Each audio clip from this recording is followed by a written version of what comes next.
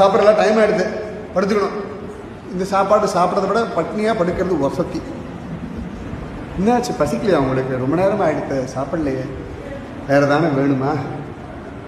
வித்தியாசம் ஒன்றும் பெருசாக இல்லை. அதாவது சாப்பிடும்போது நேரம் ஆகிடுது தான். கேட்குற விதம் எல்லாம் பண்ணுறேன். கடைசியில் வார்த்தைகளில் ஆட்டிடியூடில் கழநீர் பானையில் கொண்டு கையை விட்டுடும். கொஞ்சம் திரும்பி திரும்பி அதே மனுஷா முகத்தில் தான் முழிக்க போகிறோம். இவாளோட தான் வாழணும். நீ எத்தனை நாள்லாம் தெரியாது. அந்த லைஃப்பை பீஸ்ஃபுல்லாக, ஹாப்பியாக, நிம்மதியாக, ஜாலியாக, குஷியாக, குதூகலமாக மாற்றிக்க வேண்டியது நம்மக்கிட்ட தான் இருக்கு. அது நம்மக்கிட்ட இருக்கு. அது வரம், வாழ்க்கை.